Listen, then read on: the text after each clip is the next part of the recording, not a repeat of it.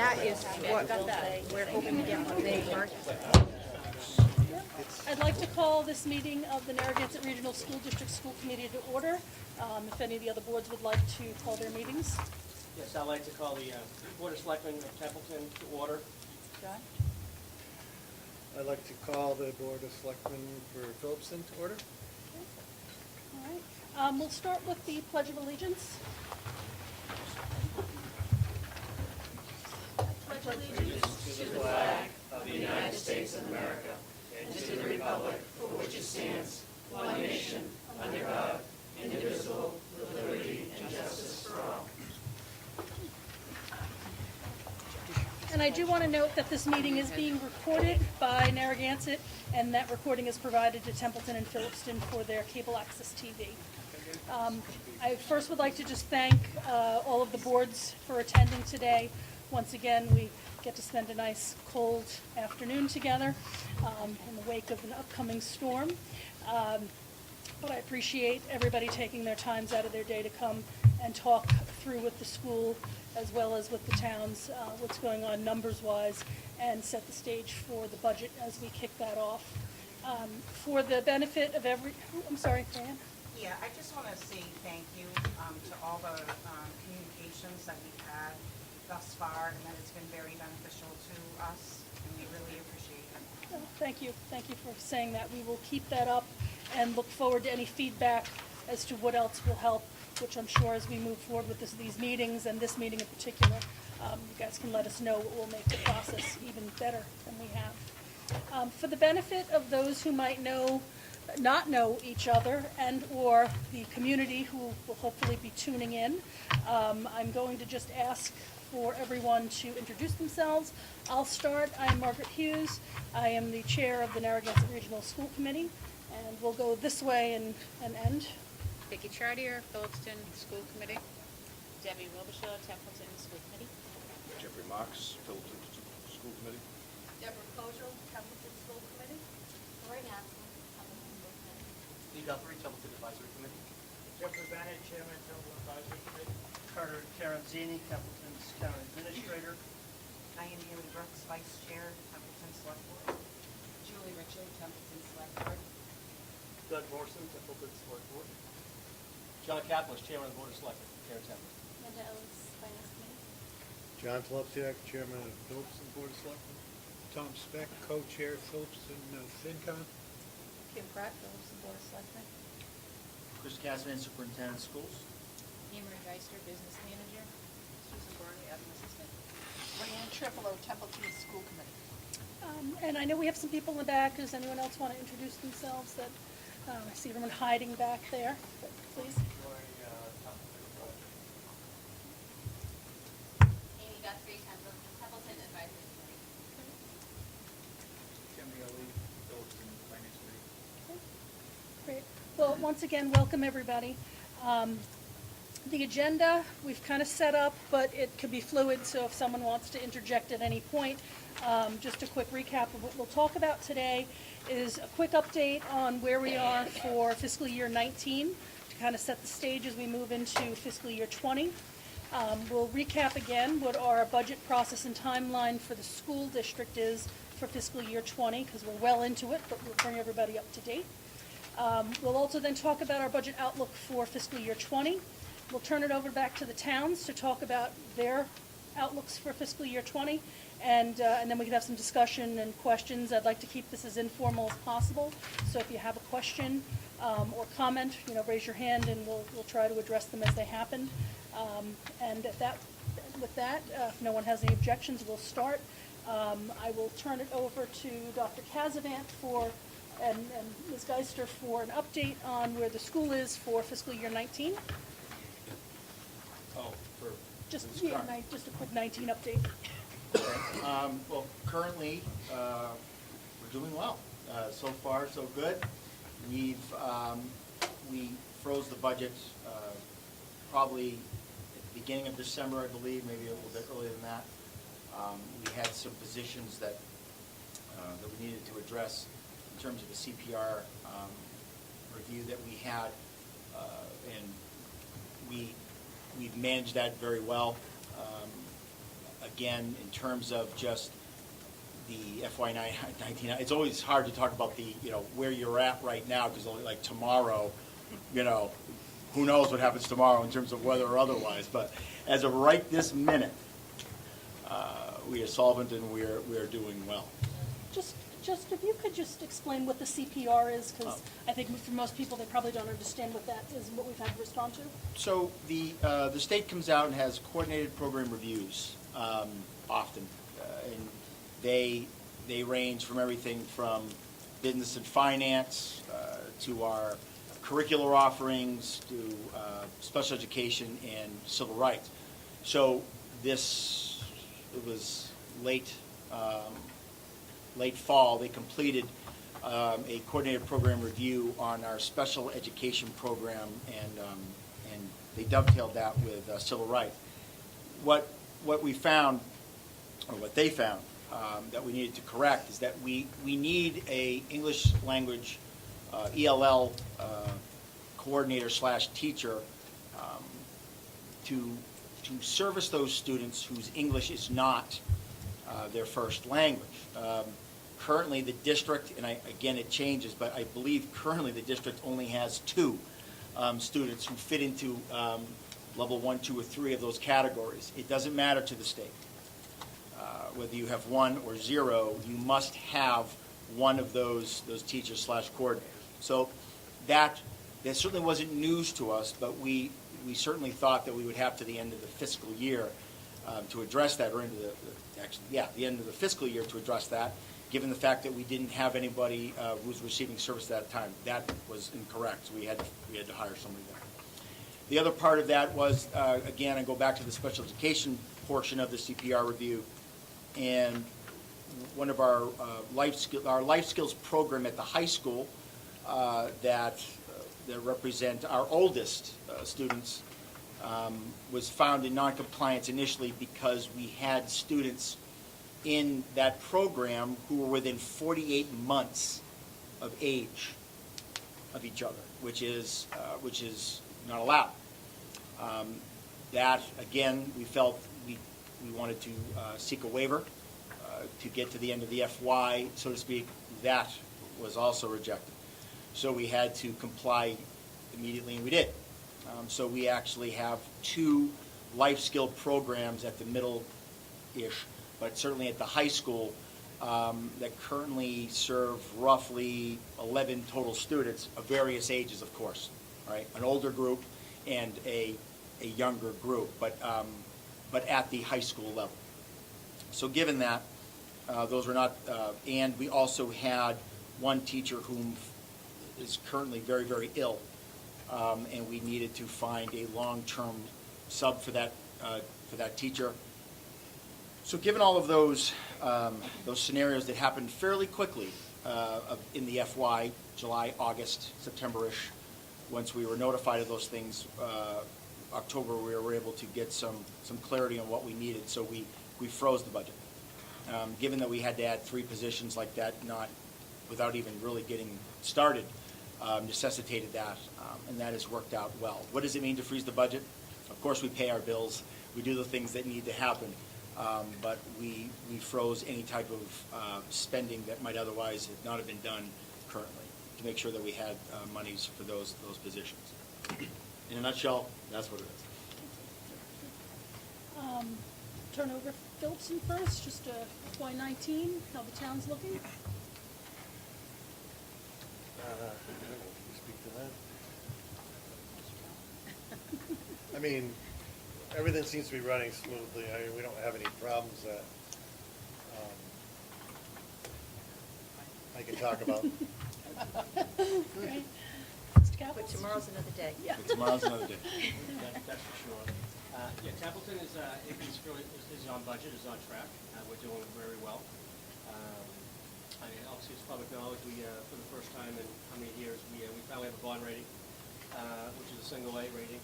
Congratulations, by Thank the you way, very much. that's A lot wonderful. of hard work went on Very hard. with the town, and not having a bond rating since 2012, which was a double A rating back then, I believe, to where we are today with a single A, is phenomenal.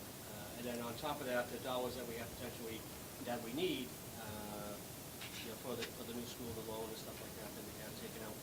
think it was a 3.5%, around 3.5%, which again is unheard of. So I mean, it's unprecedented as far as where this town is going in the right direction. But again, tomorrow is another day. You know, we try to make sure, and obviously Mr. Tenzini does a fantastic job with the monies. And unless you have anything else to add. Good. And it's going well. He pitches his pennies, I'm telling you. He does a great job. We've heard that about him. Yeah, Yes. yeah. He squeaks when he walks.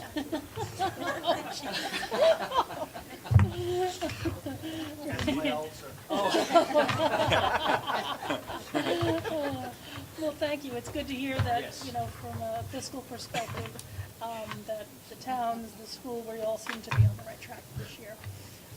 Looking forward to FY20, just to kind of recap what we've done here as a school committee.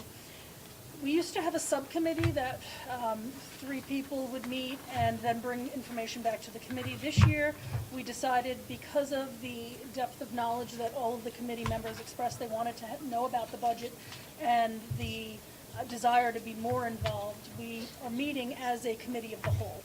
So the entire committee meets to look through the budget, to make the decisions. And I will do a recap after this process ends. It seems to be working fairly well, but we'll certainly pull and make sure that that was the right decision for the committee. It seems like it has been going well from the feedback we've received so far. Based upon feedback that we received from the towns last year, we started our process much earlier. We've been meeting for months. I think it's been since October. We've met before our regular school committee meetings, had extra meetings in between when we needed to. So we've certainly put a lot of time to try and position ourselves to address our budget needs with the towns a lot earlier, which is why we're here today in the beginning of February rather than an end of March timeframe where we're certifying and we're starting to engage the discussion. So we've really worked hard to make that happen. So it's nice to be in a position to present to you at this point so that we can have the discussions. What we're looking at is we'll have a meeting on Wednesday, another finance meeting prior to our actual monthly meeting. Our first budget hearing, the preliminary budget hearing, was scheduled for March 6th, and we were planning on certifying the budget on March 13th. Depending on how these discussions go and what happens on Wednesday, if we can move that up even further, we'll try to. If we have a number, there's no reason to wait, other than the legal issues about how many days we need to have it posted in the paper, et cetera. So if we can make things even sooner for everybody, we will certainly strive to do that. As far as our budget outlook, I will now turn over to Dr. Casavant and Ms. Geister to present. I think everybody's got a presentation in front of them, and you can follow along. So, again, the process itself was very new to me, given the fact that how quickly we started the process. Generally, how the process has gone in my experience, either as business manager or superintendent, was that you realized the money that you got first, and then you built the budget around it. We did that a lot differently this year, obviously, and what we did is we had to know what our needs were a lot sooner, and if nothing else, to figure out cost. Right, how much it was going to cost us.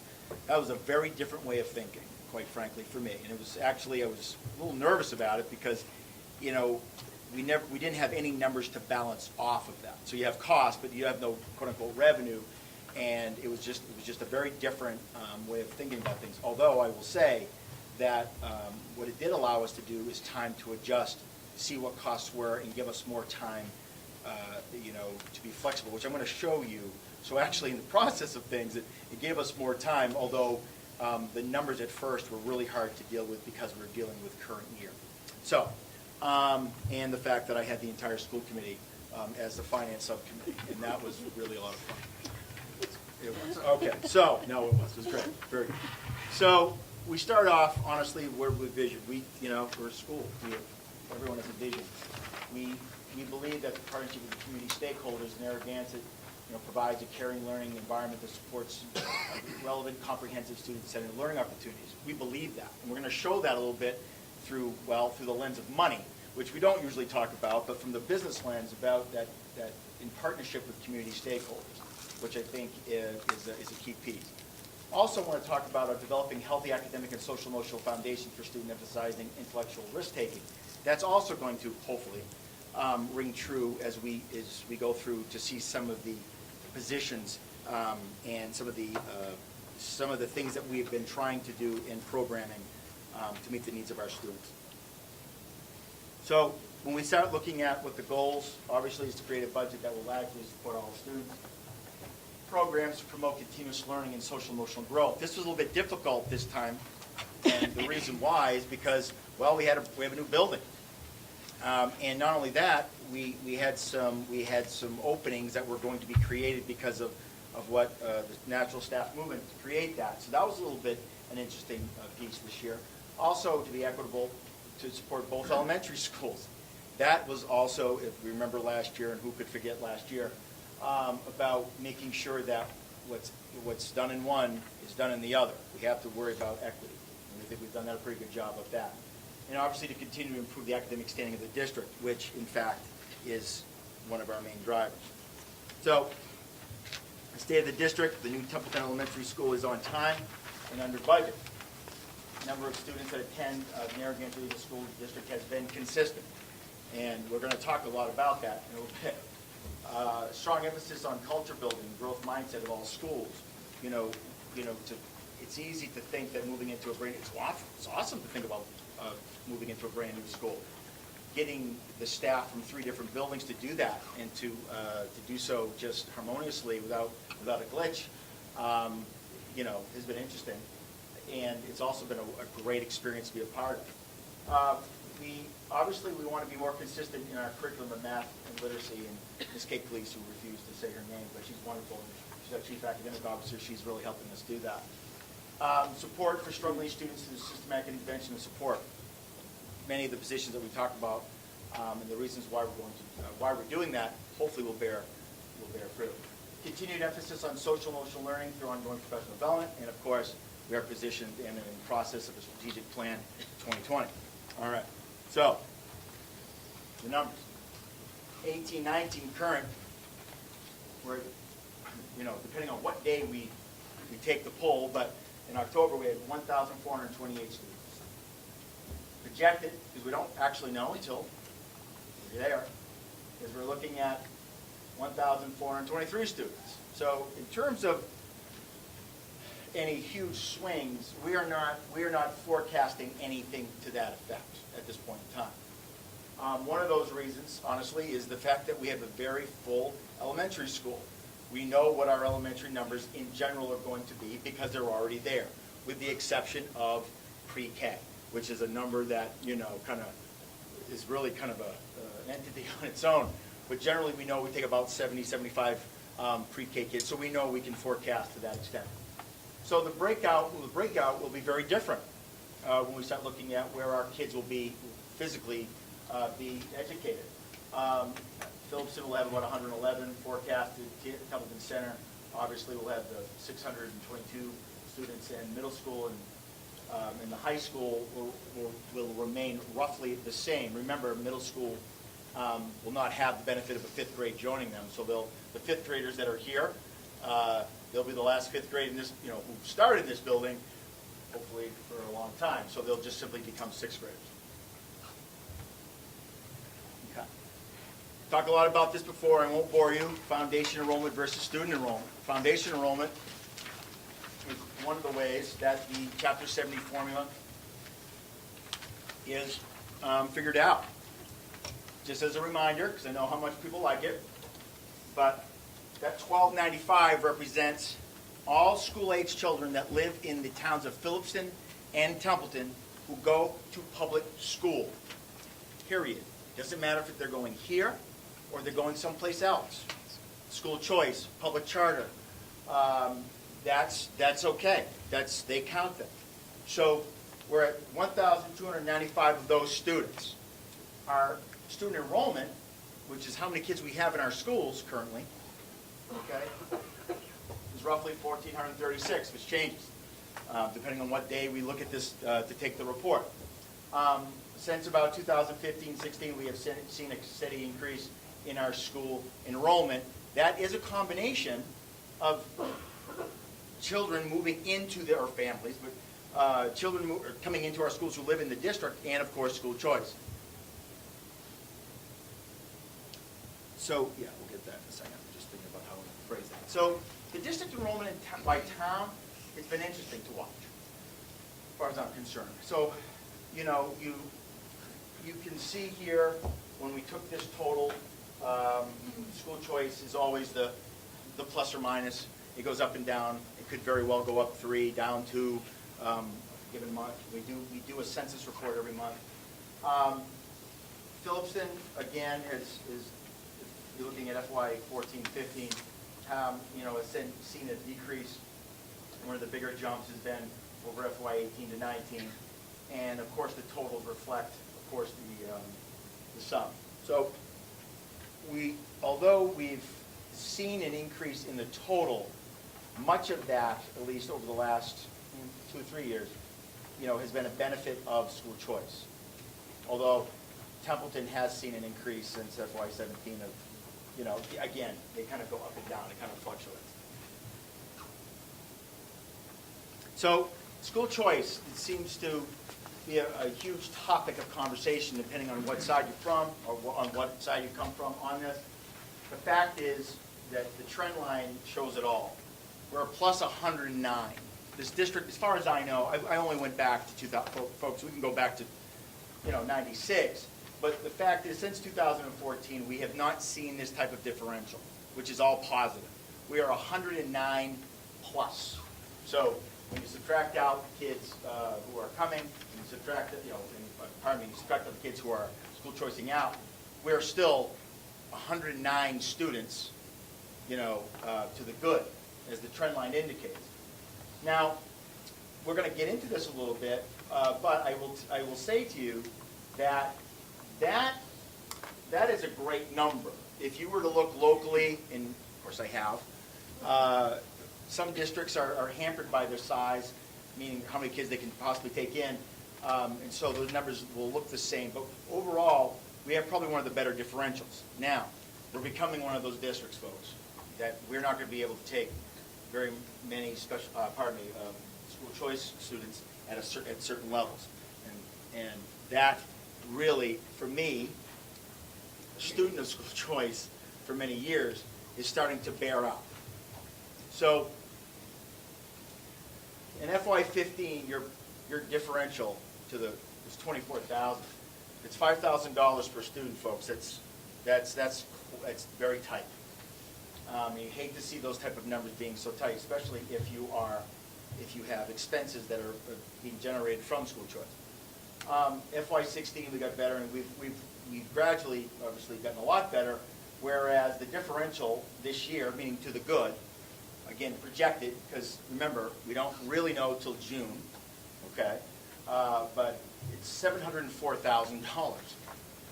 There's at no point has this district generated that much money in school choice.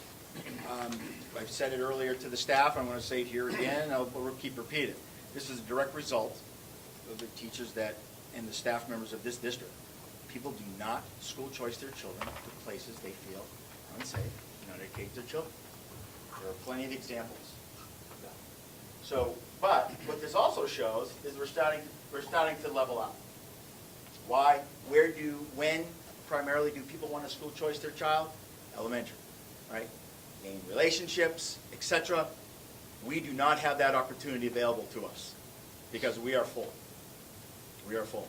We have not, you know, I was looking back, we have like 10 or maybe I think 9 school choice children in the 3rd grade.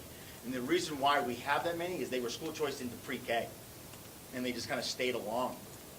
We have not actively taken, you know, school choice children because our numbers have been so high. Will the new school allow us to take more? Maybe. We want to see what it looks like first. But I mean, we're talking about 24, 25 kids per class, and that starts really to get up there. So, speaking about school choice revolving, I want to go back to school choice real quick. Someone was messaged me or had a question about we're losing way too many kids to school choice. Well, I don't know what to compare it to. All I can say to you is that with the exception of 2014, we have either gone down or we've stayed the same in terms of school choice out. That's a pretty good indicator that we're doing a pretty good job, or at least people think we're doing a pretty good job. All right. So the school choice revolving budget. What is it currently, or in the past, what costs have been attributed to that? What has come out of school choice? Well, here you go. I mean, so we could go down the long list. But obviously, the biggest issues that we have are health insurance and teaching positions. Why? Because they are reoccurring costs, obviously. You need health insurance. You certainly need teachers. If school choice were to go upside down, it can happen very quickly, especially if you're spending a good portion of that all of a sudden you still need those 5 teachers, or you certainly need health insurance. And if school choice can't cover that, well, then the general fund has to cover that. And of course, there's no mechanism in which to say, oh, like halfway through, go, oh, guys, well, we need $400,000 more dollars, because you don't really learn your school choice numbers until about October-ish, and that's generally just it's generally just a projection. So those are the 2 reoccurring costs that concern me the most. And there's many tale of districts out there who've been caught having too many teachers in school choice. The numbers drop, the money drops, and all of a sudden they're looking at 5, 6 salaries that they absolutely need, and there's no place to cut because you have to pay for them.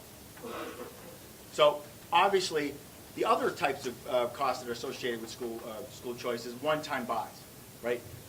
Yes, the bleachers. I'm trying to use a curriculum, textbooks. These one-time things that you don't necessarily want to spend out of the general fund, but are important to the educational well-being. And we do that as well. And there's a list of those there. Okay. So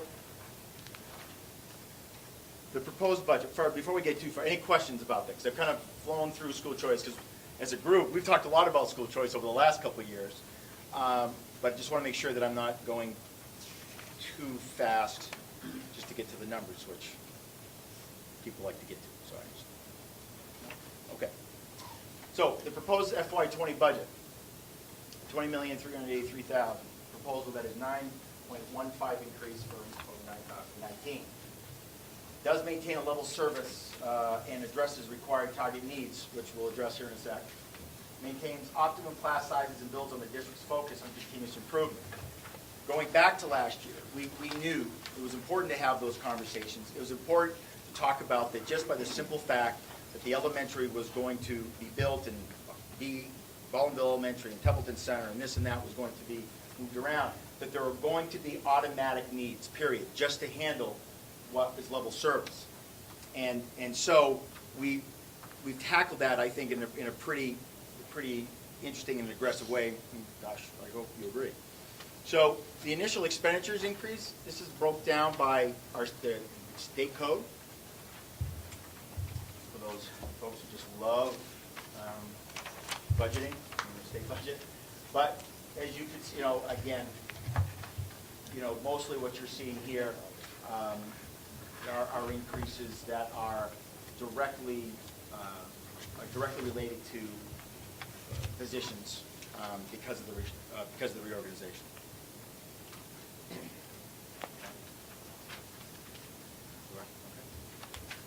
So to look at it another way, in terms of what 51% in instructional services is salary, it's mostly.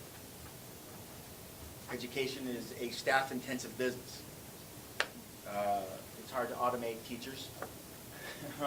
It's hard to automate what we do. So every time, especially with the budget of $20 million, when you add X, it's going to increase exponentially. It is. It's going to look big. Okay. So when we talk about this, when we pull it apart, we thought, because again, there's this delineation that needs to at least be addressed or discussed about, okay, so you're getting a new building, so what has that done to the budget exactly? What has the new Templeton Center done to the budget? Why? So what we did is we took the previous cost to the district, say, okay, so, custodial supplies, I'm just use that as an example, was $6,000 to Templeton Center. Given the fact that, the building that we're now moving into is if you use this building, is roughly 3/4 of the size, roughly, of the footprint of this building, that, we're looking at about a $21,000 increase. So the total cost of the district is $27,000. We felt that this was the best way to highlight, so if folks wanted to really kind of pull out what the reorganization and what the new elementary school was going to cost, that this was the best way to do them. Some of these things, of course, did not exist prior, right, before the new school. So the guidance counselor, so obviously there's no cost here associated with it because they did not exist. Building maintenance, trash removal, those type of things. Again, these are the costs that we currently incur, and these are the projected additional costs, and obviously the total district. Questions? Okay. So utility, this was hard. This was hard, and let me tell you why it's hard. So first off, we have a wonderful, of course, OPM. We have wonderful folks who are building our buildings, and they, of course, run a model. They say, okay, your building is this big, and we're going to run this through, our program, and we're going to come up with an estimated total of what it's going to cost in order for utilities. And what I found interesting is that SMMA projected that there would be 140 to 150 with a 30% contingency, and it didn't include sewer or water.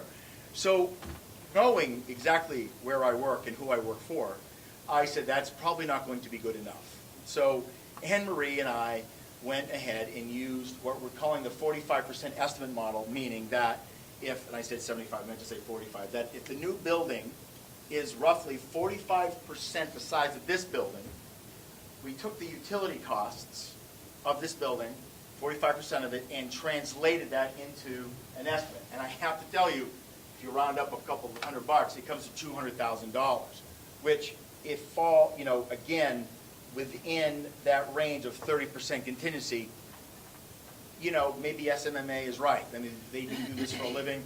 But what we were forced to work with is the sense that we had to use the Templeton Center numbers from FY16 because it no longer exists in its current state, or in its old state, and Baldwinville Elementary, which of course is there, but again, in terms of physical size and footprint, it wasn't really apples to apples. But we had to we certainly wanted to show what we're currently paying and what we would probably have to pay. So if you think about Templeton Center for those old boilers and everything that was wrong and drafty, to think that oil cost only $5,000, I have to tell you, it blew my mind in a sense. But okay, staff. So let me explain our rationale.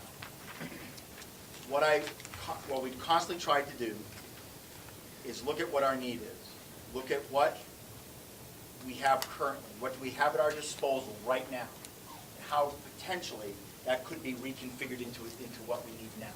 So, in other words, we took what exactly we felt was needed, well, not exactly what we felt, but was needed, period. And then I looked internally and said, okay, what do I have here currently in terms of staff that can be transitioned or reassigned?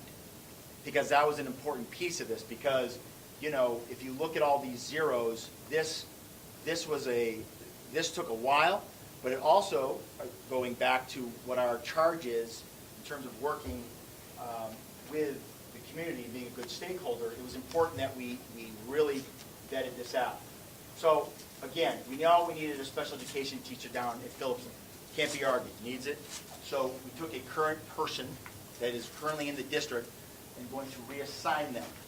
So that additional cost, because it would have been otherwise, is a zero cost to the general fund as looking forward to FY20. The school psychologist, I'm going to get into Medicaid in a bit, but just follow along for right now, is that the school psychologist, we needed guidance counselors. Remember last year, we talked about that we were not going to be able to share guidance counselors any longer. We're getting too big. We have 600 kids with 2 counselors. We've got, 400 and 400 with 2 or 3 counselors. There's no way to take them and go down to Phillipston for 3 days. It's just not working. It's barely working now. So what I knew is that we need to do more testing. Testing costs money when you go outside outside, and trust me, the hourly rate is unbelievable. So it made sense to go ahead and hire a school psychologist whom can do more testing, be that person down at Phillipston to do guidance work, which is important, but also be reimbursed by Medicaid. Because when school psychologists, for example, are doing what they do and it's reimbursable, that's money back into our pockets. And depending on what they're doing, at a reimbursable rate of $45 every 15 minutes is something that we like. Now, not every second of their day is reimbursable. Know that. But when they are doing reimbursable work, that is money that comes back to the district, which then can help offset costs, which I'm going to show you in a bit. So what we knew automatically is I needed that person. Okay, they could do more testing for the elementary kids. And by the way, we're not going to pay them $70,000. Well, we're not going to, out of the general fund, we're not paying $70,000. We're going to take it out of Medicaid because they're going to generate that much money anyway. Okay? So, so food service doesn't cost anything because it's a revolving fund. Whatever we do in food service is paid through food service.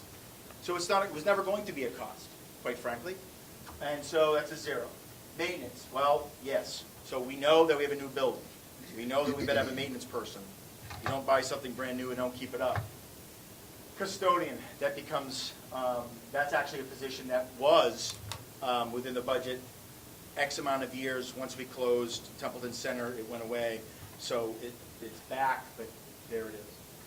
This is another combined position. I needed a sped chair, and remember the ELL person that I have to have. I have to have this person. There's no way around that. I did not want to spend money for one person for X amount of kids unless we had a lot of kids to service.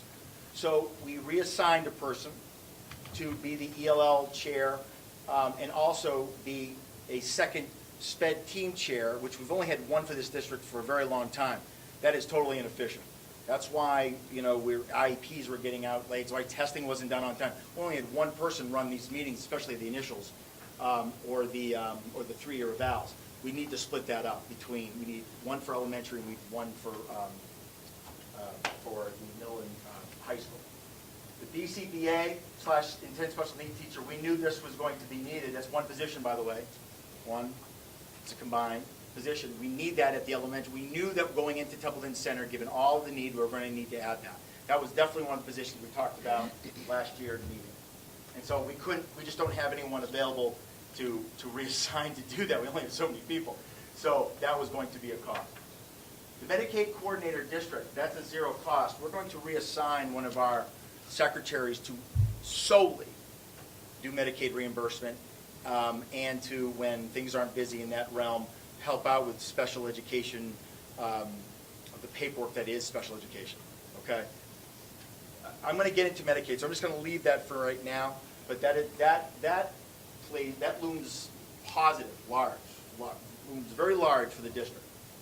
Spanish teacher, currently, our middle school has not had a foreign language teacher, and I'm trying to figure this out, but I think it's been 5 years, I think.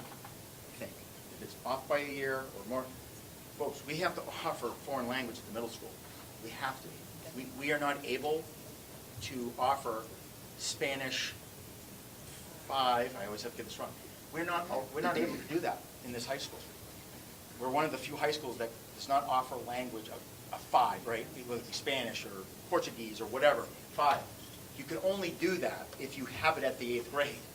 You can't double up. They don't allow you to take Spanish 1 and 2 during your freshman year. We need to, accreditation picked up on that, and also, it's a need. 504 para, we have a lot of 504s. IEPs are really starting to convert, or they're just going straight to 504s, accommodation plans, etc.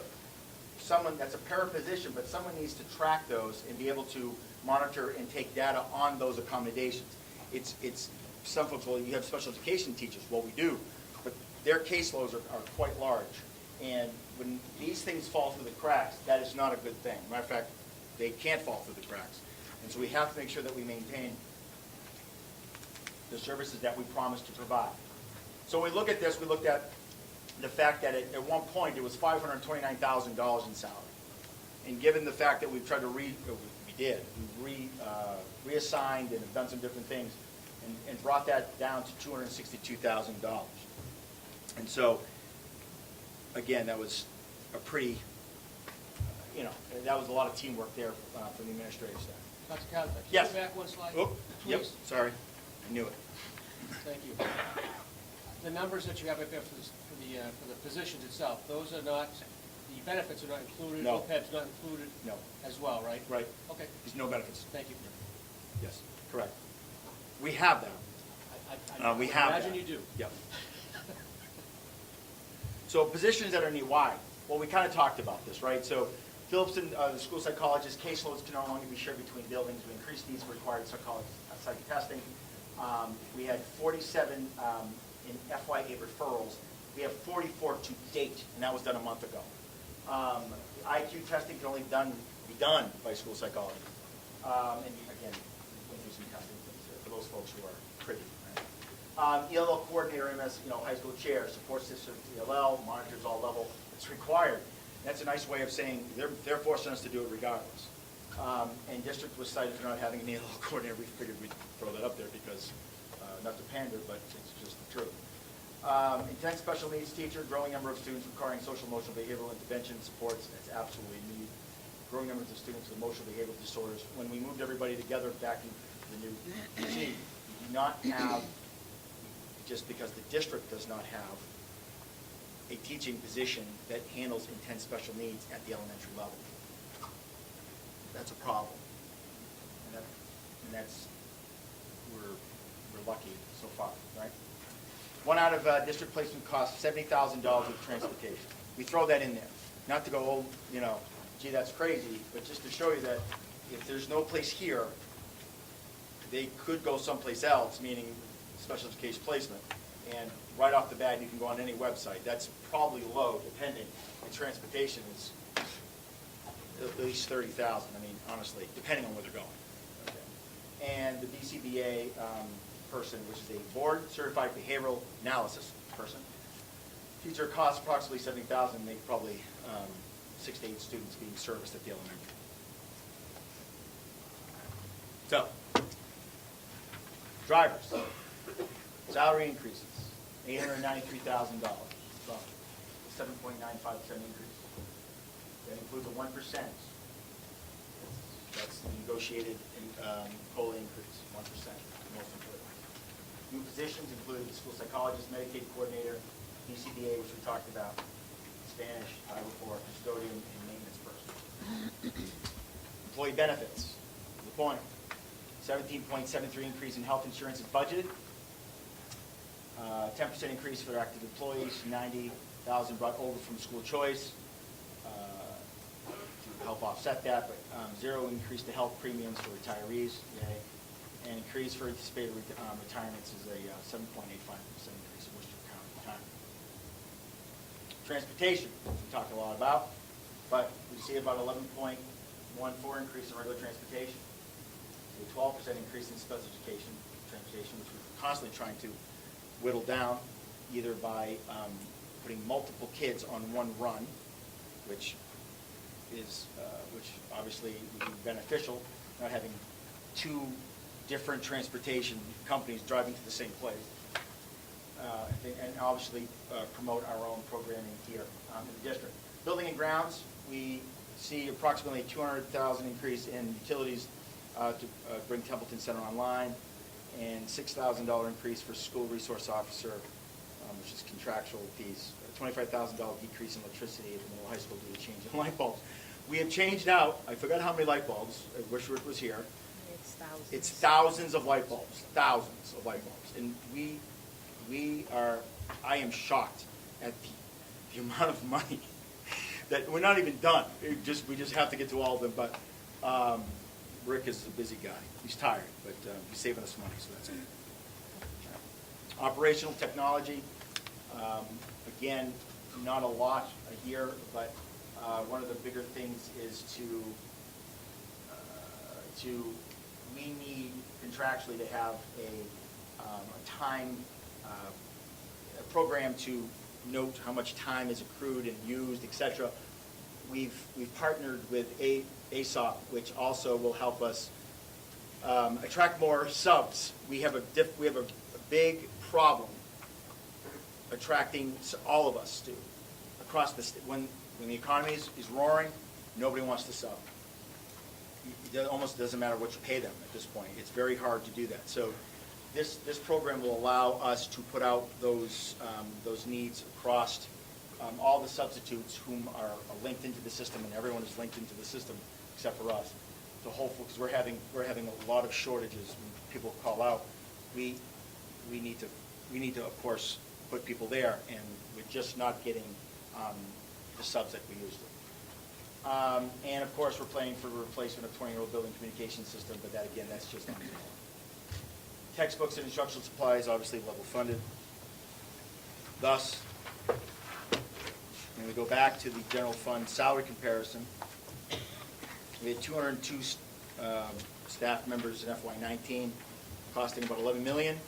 And we're at, again, with everything we just talked about, 209, costing about $12 million.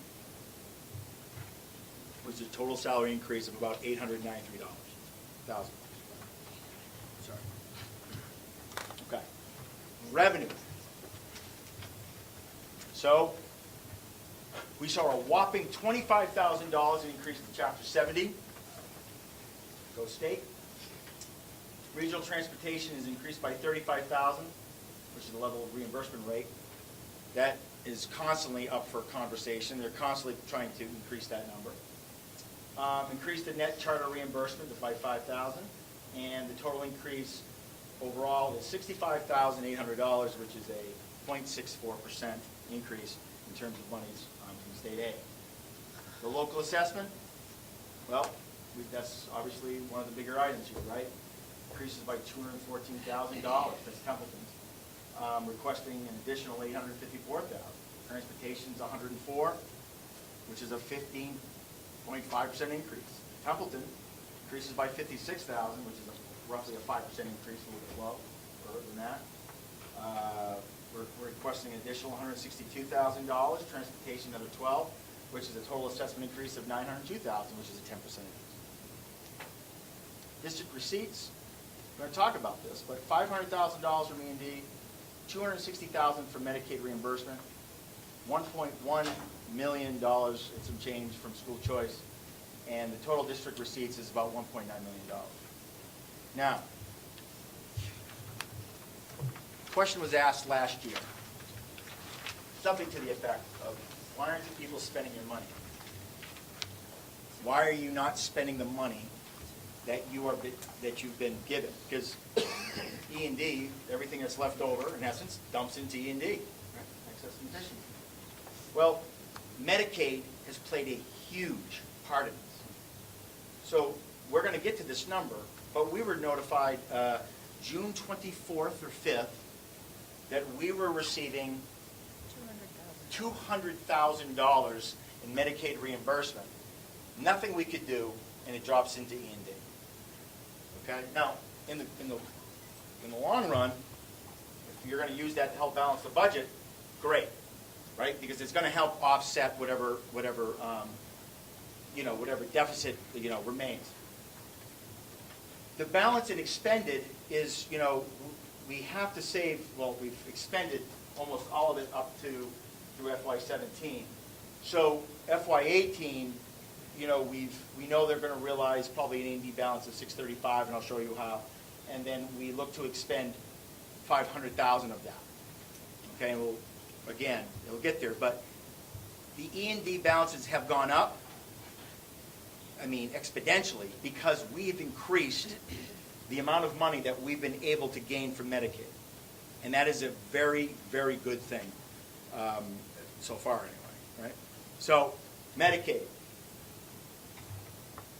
I can only talk about, since I've been here, right, but, you know, $186,000 is what we received, not even really trying. Doing some time trials, doing this and doing that type of thing. FY17, we started to organize a little bit better, started to identify people who to take charge of certain aspects of the billing piece, and we've, went up a little bit. All of a sudden, FY18, we got really good at it. And we added a psychologist and a BCBA. Became smart. Why? These two positions make money. They are billable to Medicaid.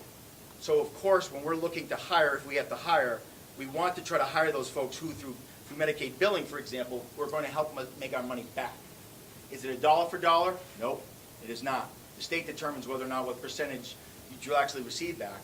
But this has really been one of our saving graces.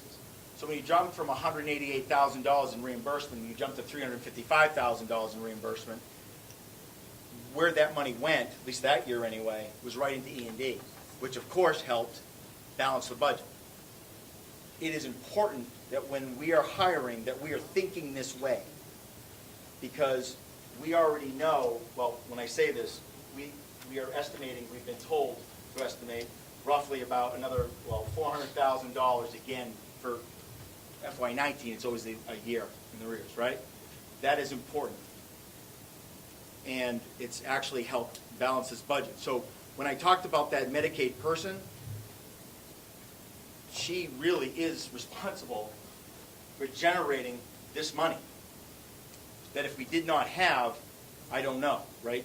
So it is important that we focus on this because this is money that we can be good stakeholders and help earn and help balance our budget. Schools can do very little other than to be fiscally responsible, but in terms of earning money or making money, which isn't really the right word, we have to capitalize on that. To that, if you give me the latitude to talk about revenue in the sense that we can actually make money, which I fully understand that we don't make money. We don't make widgets. We educate children. That's what we do. We are staff intensive. We have contracts just like everybody else. But if you just allow me the flexibility for a minute to say the money that we can affect, that we can actually make, okay, are really in three different areas. Competitive grants, Medicaid, and of course school choice, which we talk a lot about.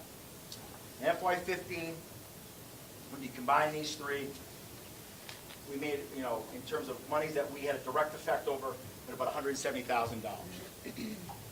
16, okay, we start getting a little bit better at Medicaid, etc.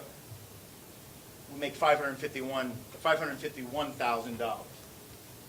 You guys can do the math, obviously can look. We're projected to make $1.2 million in these areas.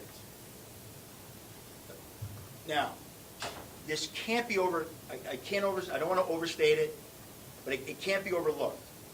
If we do nothing, we're not a district that people want to come to. Okay, that's a problem.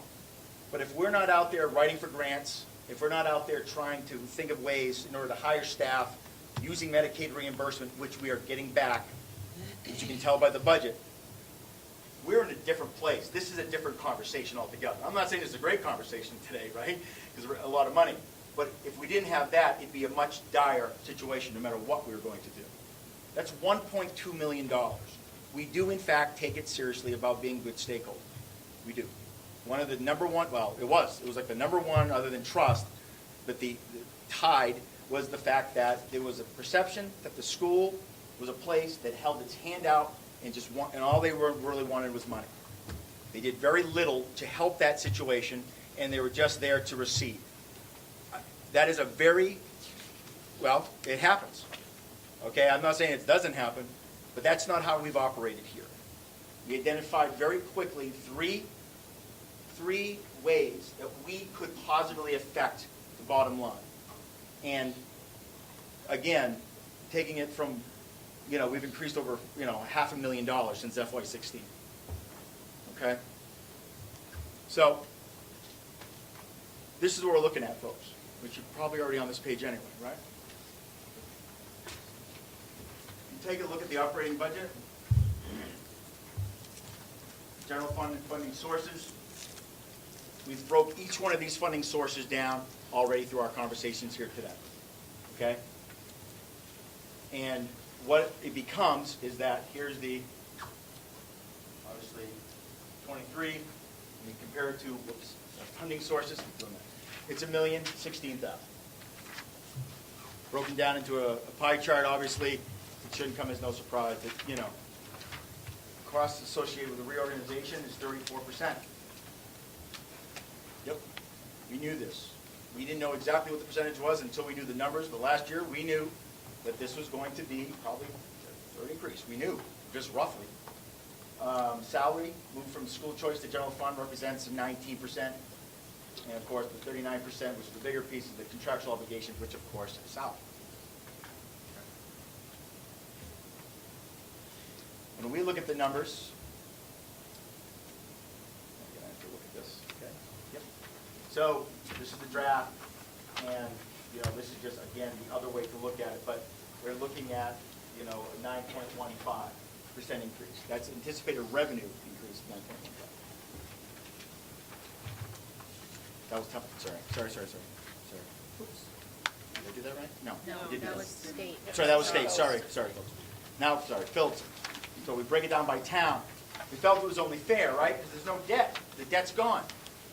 Well, when we're trying to figure out these numbers without debt, it was hard, believe it or not, because they had something to balance from apples to apples.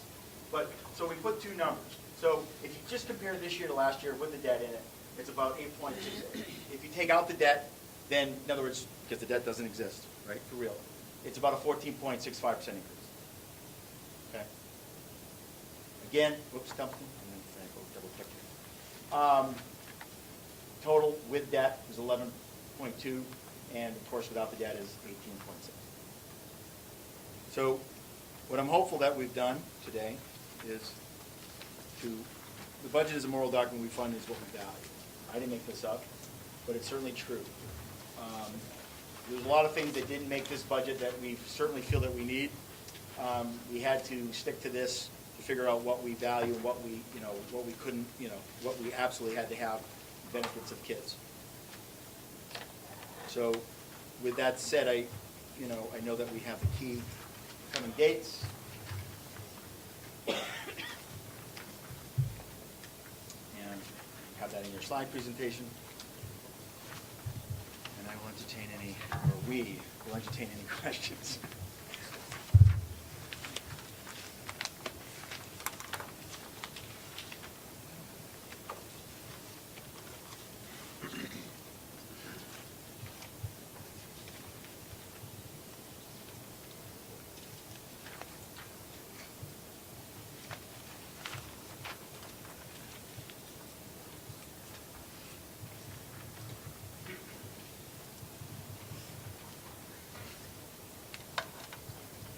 Does anyone have any questions at this point? I know everybody is reviewing some of the numbers and stuff. Yep. Yep, no problem. We do have a... Yeah, my apologies for coming in late. I'm just looking at the figures here where it says... Could you just identify yourself? Just Oh, as sure. you did. Greg Vine from the Athol Daily. Where it talks about the budget for each town, both with and without debt. And again, I apologize if I missed it in the first part of the meeting. Is that debt from a bond or? It was a debt exclusion that had been on the books for this was the middle high school renovation, the addition way back when. Oh, okay. So this current year is the last year of the payment on that bond. This is the last Yes.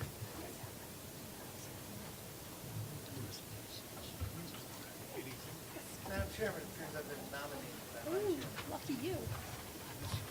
First, let me say thank you let me echo what Kelly Brooks said earlier, and thank you, the committee and the staff, for starting the process earlier, keeping us informed. I think that most of you recognize Adam, who attended all your meetings, was able to put briefing memos together to keep us in the loop as to what was going on. Now, I'm not going to give you my bucket speech. Y'all heard that ad nauseum last year. I'm not even going to ask you to cut your budget, because I believe you need everything. I am gonna ask you to take 0 from us and put anything you want on an override, and let the people decide. Because, as I put in the memo to my select board and to the advisory committee, any other option, the gap is so wide. I just sort of, I had a couple of choices. One was to get real sad and cry. The other one was just kind of laugh all weekend. It's not doable from our perspective. And I'm not gonna try to match the doctor or you all, you know, position for position. You struggle with your substitutes, I struggle with truck drivers. But I don't see any other way out of it. Now, the sad thing is that at $20 a student on the Chapter 70 formula, and a drib here and a drab there, we're gonna keep having this conversation every single year. Folks were good to us last year, would they be good again? We are trying to open a new school. There's a lot of other things going. And of course, as the person who's accused of pinching the penny so tight that it squeals, I also face the prospect of another credit rating next year. So whatever I can do to keep the town's finances righted for another year as we line up for that next bond issue. So that's where I'm coming from. We really don't have anything to give you. We mentioned last year we wouldn't have much of anything to give you. And I say put what you need in front of the voters and let them decide. That obviously is up to a vote of the folks that I work for. We haven't had a chance to talk about it. They got the numbers last week. We were trying to keep them informed.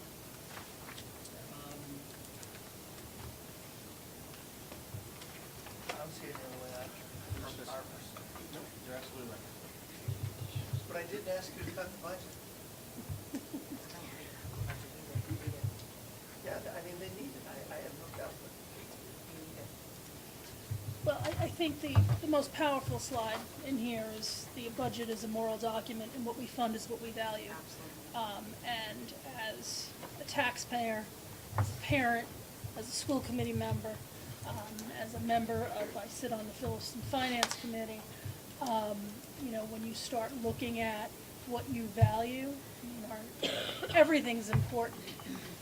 And I know last year, you know, we were good partners, and we came to an agreement of what we could fund. We talked about this last year, so this isn't a surprise.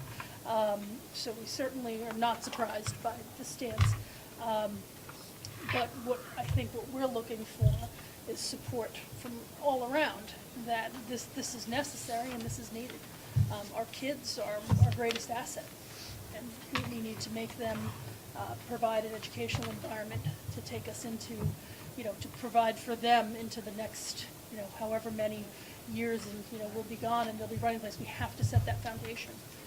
Yeah, as a select board member and a citizen and as a parent, I've watched you cut and cut and cut your budget, and it's time to stop cutting.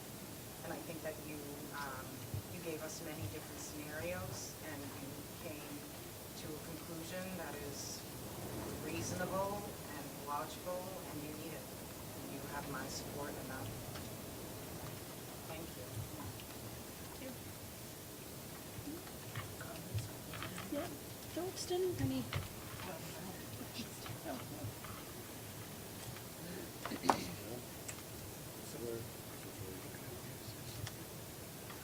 Any questions Well, I was on gonna this? Well, say, the Board of Selectmen, we haven't had a chance to discuss any of the numbers Sure. yet. I've been at the Finance Committee meetings, and I've heard the numbers before, and Phillipston has always stepped up, and I know that's what the Finance Committee is advocating for, and so will I.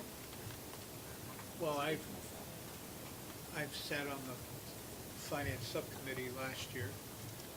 I'm fully aware and believe everything that the doctor has said, and then some, because being an educator, there's a lot more there than what's on the spreadsheet. I personally have gone public in hopes of Phillipston not having to do an override.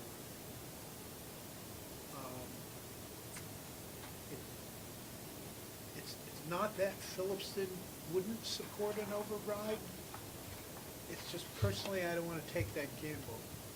'Cause if we can work our budget such that we can accommodate the monies, then everything's well and good. And that's still, the jury's still out on that. We've just started our budget process, and hopefully we'll be able to come up and fund it. Of course, probably have to start cutting selectmen's pay back to zero.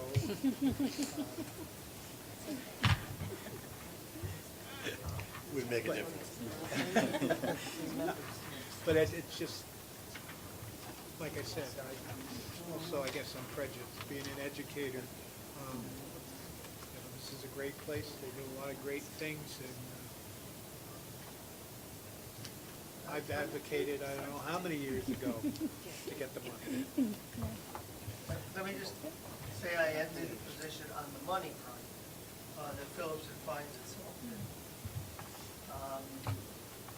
We are unfortunately at our levy limit. We last year got the overrides that we're seeking. But we are at our levy limit. So we don't have anything left, absent an override. And while I have not had an opportunity to have that discussion with the select board, I do believe that they would be supportive. Ms. Brooks has said she'd be supportive. I believe I'm seeing nodding heads. They would need to take a vote, put it on the ballot. That is their prerogative. On a 0 from us plus whatever number you want, our share of whatever number you want, not Phillipston's share, on our own. I suspect you'll find them supportive of that.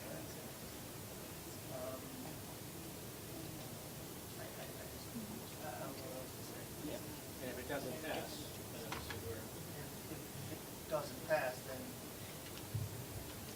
We would have That's to what work to people help say. make it pass. yes, absolutely. Oh, yeah.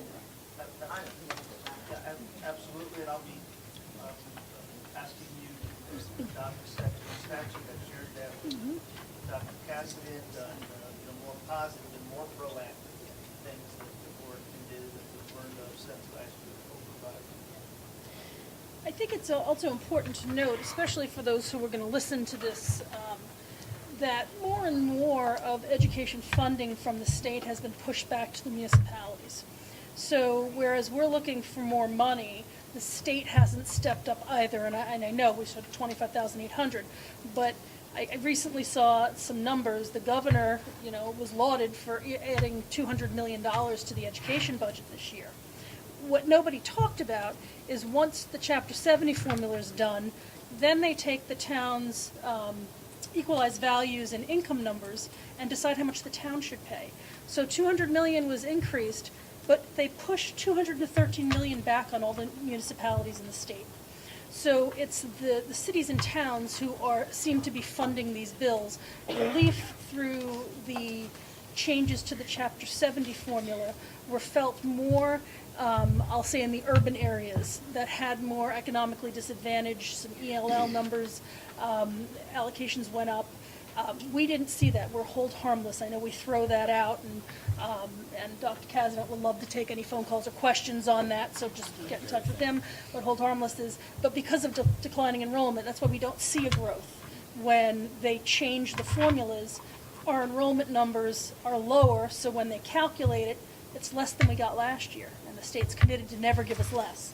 So they called that hold harmless. So we can't seem to get out of that rut, and it impacts us and it impacts the towns.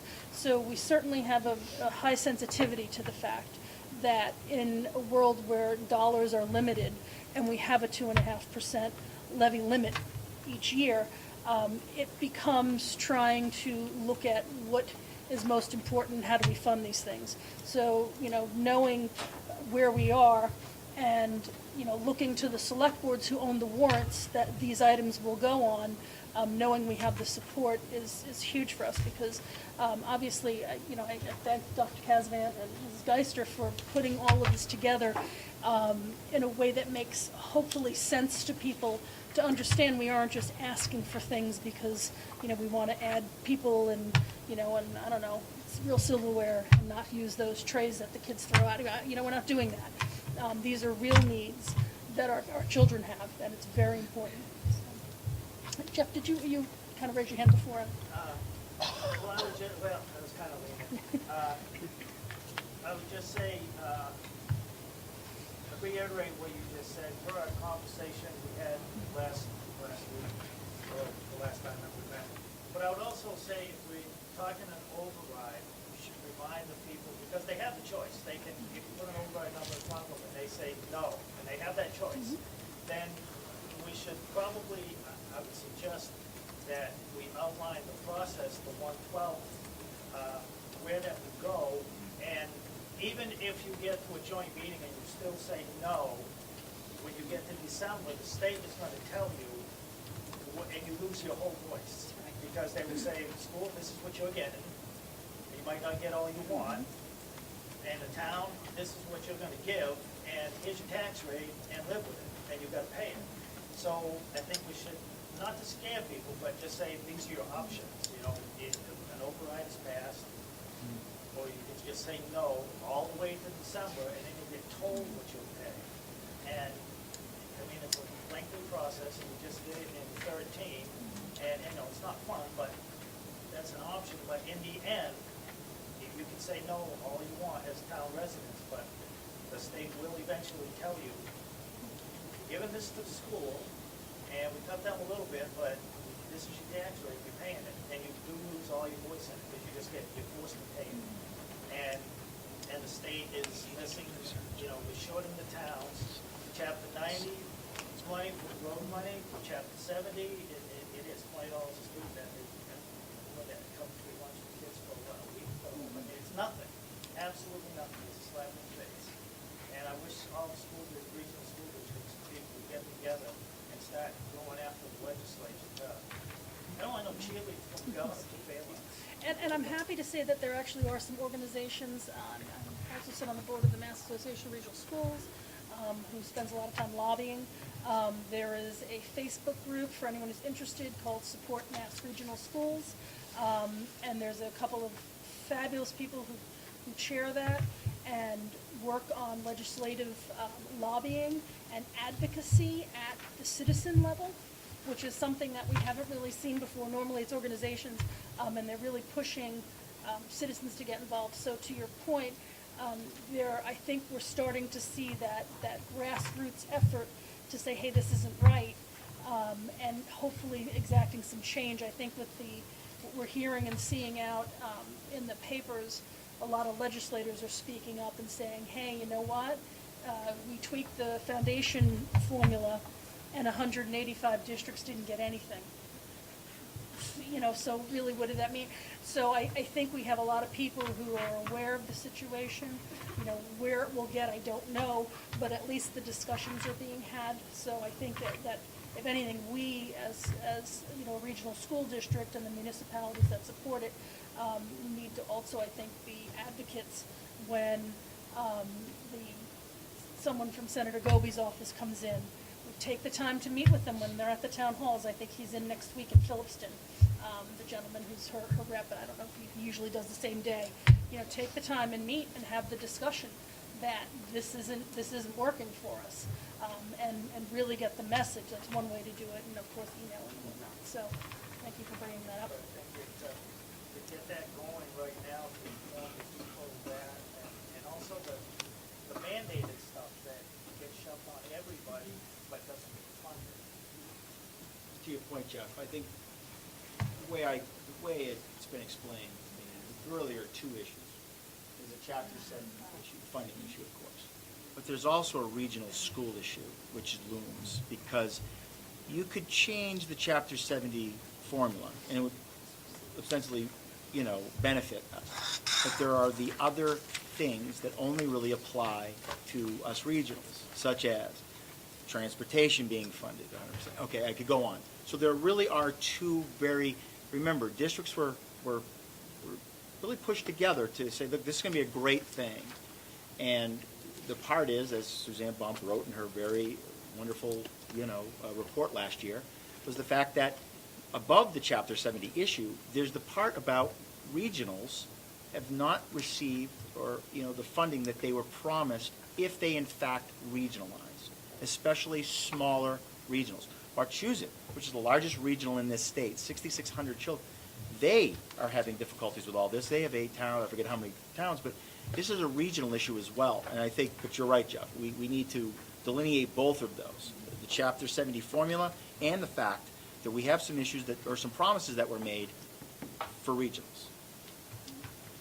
And just to point out, this just came out, the Mass Association of School Superintendents issued a position paper on school finance that deals with a lot of these shortfalls. It's out on their website, and it's a very comprehensive report on things. And it also talks to, and this is, I think, the key component for municipalities, is when the state had decided, it pulled out of thin air, that it was going to contribute 41% to the education bucket, and municipalities should contribute 59%. And then they use that equalized value, which is the property values, and income, your wealth factor, and decide which communities get how much of that big pool of money. And there was no basis for that split. It just was better than it had been. So they're looking at, hey, why don't we take a look at that? Even if we moved it 1%, the relief it would give municipalities to be able to fund things, that the requirements wouldn't be there, more state aid should come in to backfill, and it would allow the municipalities to have some breathing room.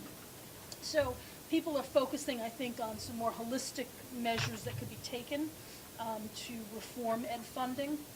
Unfortunately, as we all know, I think I shouldn't say it this way, but the only thing that moves slower than the state is probably the church, and it'll take a while for those things to come in.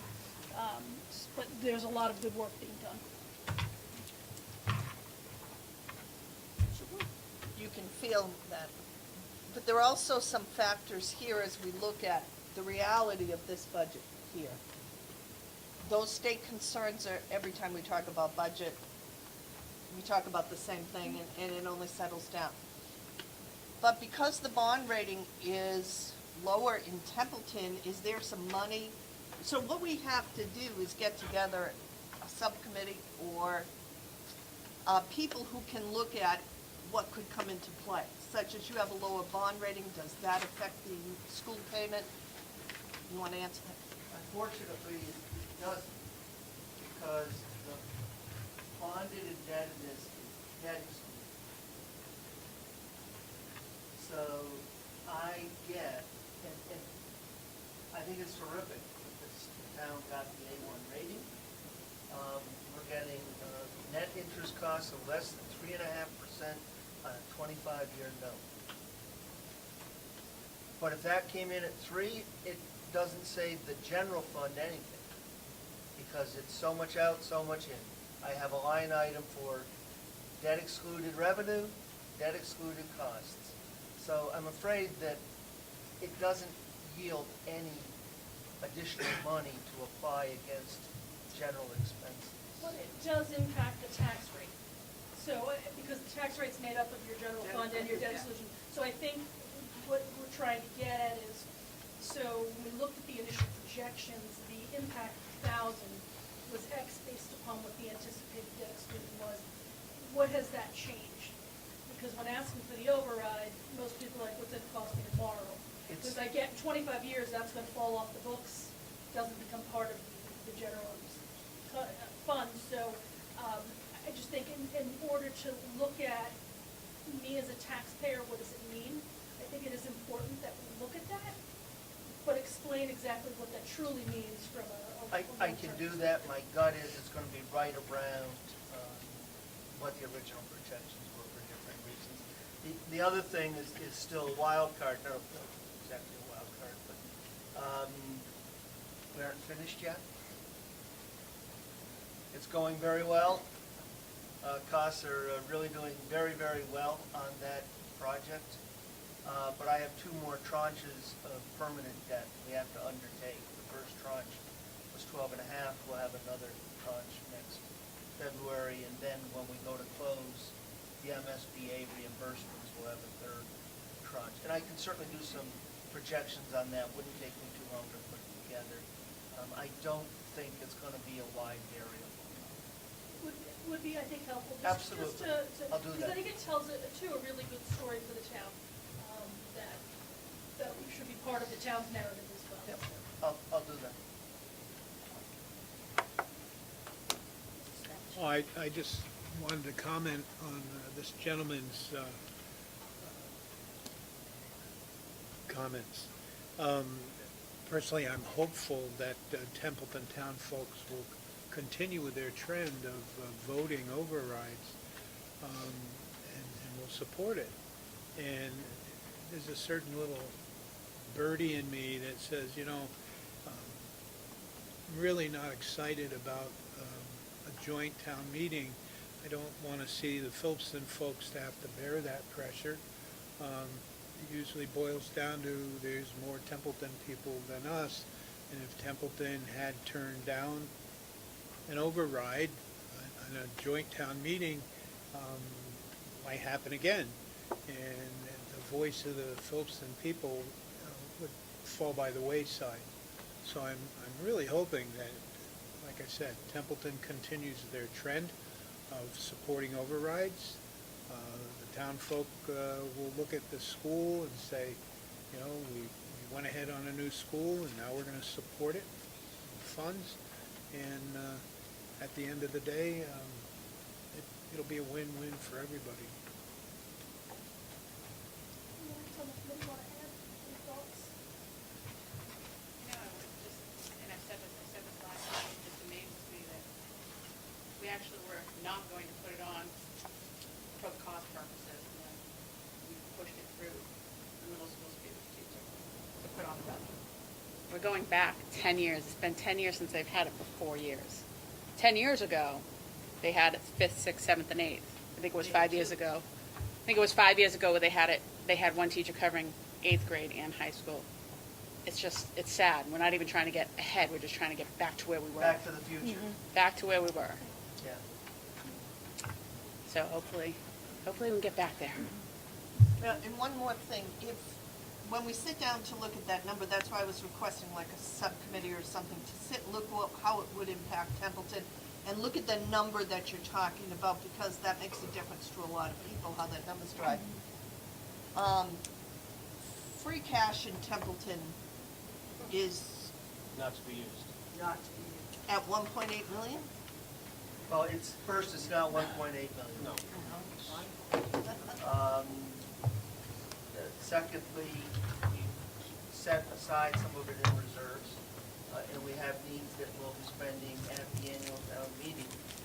And I can tell you that the fastest way to bring DOR oversight back in here, and for me to lose that A1 credit rating, is to go back to applying any level of free cash to support the operating budget. So what is DOR's goal for your free cash? At what point, we use our free cash, we're using And I 500,000. wish you didn't have to. God bless you for doing this. I know, but that doesn't help us reach a realistic number that the town people can support. So my question is, when will DOR be satisfied that you have an excess of free cash and it can be used for different projects? Yard sale. Projects, anytime, we use it for capital, we put it in our reserves. To support an operating budget, DOR would never be satisfied with that happening. The other thing that, and we'd be happy to show you this, we have had 2 very heavy years of certified free cash because of some one-time accounting things that happened. And so our normal and ordinary free cash was not the 1.7, it was actually 1 million. That still sounds like a lot, but it will take actually 4 years for the town's normal and ordinary free cash starts to flatten out. I'm hoping with some discussion, there would be some things that come into play, so that the number we're putting forward to the override is something that the townspeople can handle. Sure. I think that we proved last year that you have to pick the number very strategically, and you have to clearly identify what gets lost if it doesn't pass. And when last year's passed, one of my former department heads from another town called up and said, so what you're trying to vote this year? Because we have had a good track record with this override, but it is strategic. And I think having a couple folks sit and discuss what that number is and what those services would be identified is really a great idea. And that's why I'm so glad, and I'm not saying this to patronize you, that we're here tonight and not March, whatever that was last year, around this date, in March last year. Carter, just real quick, when you say that what the request would be, I understand that you're not speaking for the board, but in terms of the total number, are you also including the minimum contribution? So if you could just walk me through that. So I'm asking you to take zero. the zero. So the entire appropriation, meaning with the minimum contribution and of course the additional is the whole bit. So zero, even the minimum contribution, to be rolled over into an override? So I would actually No, like to that just can't. interject and just say, this discussion, I think we need to have after we certify the budget and come up with those numbers and identify what that number would be, because I think there's going to be a lot of things lost in translation as far as what the number is or should be, and what you want the school to take on. So what I'd like to recommend, because I think we addressed the FY20 outlook for both of the towns through the commentary, if no one has anything further to add at this point in the, I'd like to request a meeting with the, I'm going there. We will be meeting, the school committee will be meeting on Wednesday. As I said, we are hoping to move up our budget certification dates. So hopefully if that happens, we may have our budget certified by March 6th. As part of that process, once it's certified, we will be knocking on both towns' doors to sit down and go through, I think, have the discussion as to what the number would look like. Obviously, it sits on the select board's warrant, so if in fact an override would need to be done, we need to be sure that we're all on the same page. So, as I said, rather than try and dissect what it is and where we start from, I think it's best if we hold off at this point to then sit down and we can have a discussion at our either Wednesday's meeting or at after we certify the budget on who will be represented from the school side, in addition to Dr. Casler and Ms. Geister, because they are the numbers folks, to engage in the discussion and then come up with where we go from there as far as if we're looking for an override. Mrs. Mattson? Okay, so given the reaction that we just got from that last comment, I personally need clarification as to what that just was. Which we can't get until we have a number to certify to give them. Yeah. But I need to know what you just said, zero and whatever you just said. I understand that, but until we have a certified number, he can't speak to what that exactly means.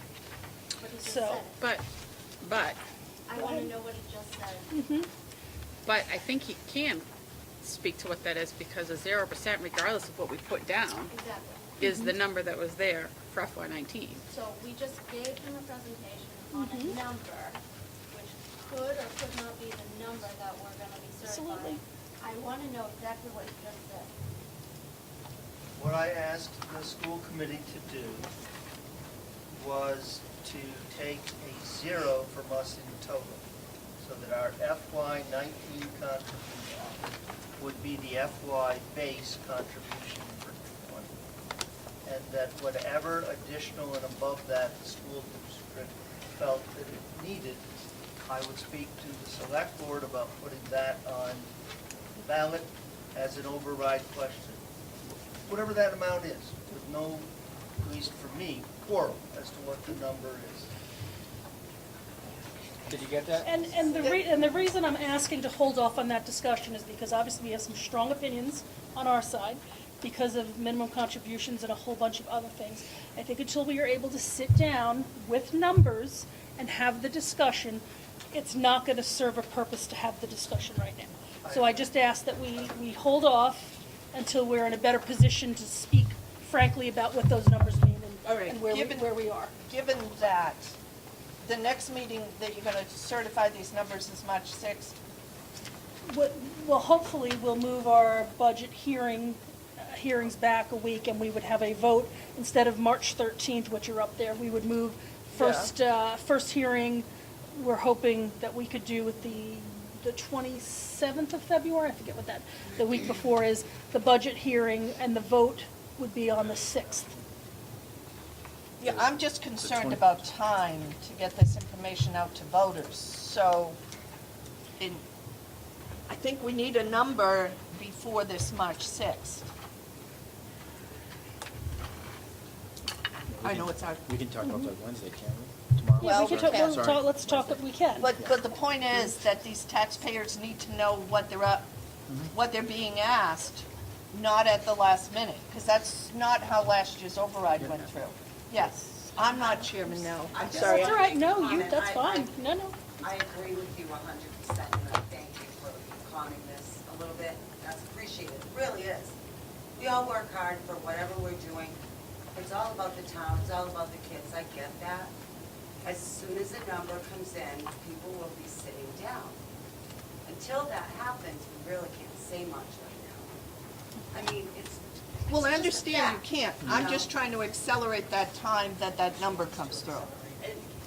And that we can do as a school committee, we can talk about it Wednesday Yeah, night. right. But does that give us some May extra I time? remind you that we can put out anything, whether it be for the school, whether it be for another project in this town, you can put it out in January. Guarantee someone's gonna come to a town meeting and ask a question and said they didn't see it. So as soon as we can get it out there to the voters need to take it on and do their homework. It just is what it is, and regardless of what the project is, whether it's Scout Hall, whether it's the school budget, whatever it is. You can get it out as soon as January 1st. If they don't read it, do their homework before May 15th town meeting, they'll be asking us to spend 2 hours explaining it. That's our options here. And the other piece It's of it frustrating. is, because I know Phillipston is not in a position yet with their departments to even look at a number. You know, your own budget process is happening concurrently. So whereas you're saying, you know, take a zero, you don't know exactly what your number's gonna be. So that could change as well. So I just caution everyone to allow the process to happen before we get worked up to take things, and then we can sit down. But we have to have a certified number to present to the towns before they can take action on them. So My sense is, Madam Chairman, that this is the number the school district committee would like that's, to have. yeah, so you could plug it in and you're pretty much sure to. So, The 1 million. I do think that short of certification, Ms. Tripolo's idea that some folks get together and that we look at what does $1.50 mean? What does $1.75? Can the community come up with something? Our budget is fairly close together. Does that mean that in addition to putting the override together, everything was good? Does it mean we're still $100,000 apart someplace somehow? I do think that the sooner we can have that conversation, the better. Our numbers are fairly close, and I don't want to dwell on them because we can all duel about, you know, what happened to our revenue, that's, I do think that sitting down, some folks, and having a good strategy session with the numbers in front of them, and reporting back of, well, if you can do, and I don't even want to use a number, X, we can do Y, but Z has to be over here as the override. Well, when we meet on Wednesday, we'll have that discussion and we'll figure out, because for us, we also have school vacation next week, so there's a lot of other things going on. So we're talking 2 weeks from Wednesday would be our first budget hearing. 3 weeks, we'd be looking to hopefully certify with a vote if we can move the dates back a week. That's what the timing is, as far as Right. weeks away. So, but we could talk on Wednesday and we'll get some people to start having discussions. It's fine. I need to talk with these. Absolutely. I mean, that's the thing is, I can only assume you need some time to digest what we've just presented to you. So, before we jump the gun, I think we owe them that, at least give them a little time to discuss this. So,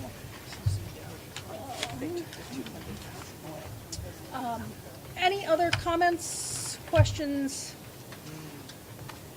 I would entertain a motion to adjourn from my board. So moved. Second. I have a second. All in favor? Aye. We have adjourned. All right.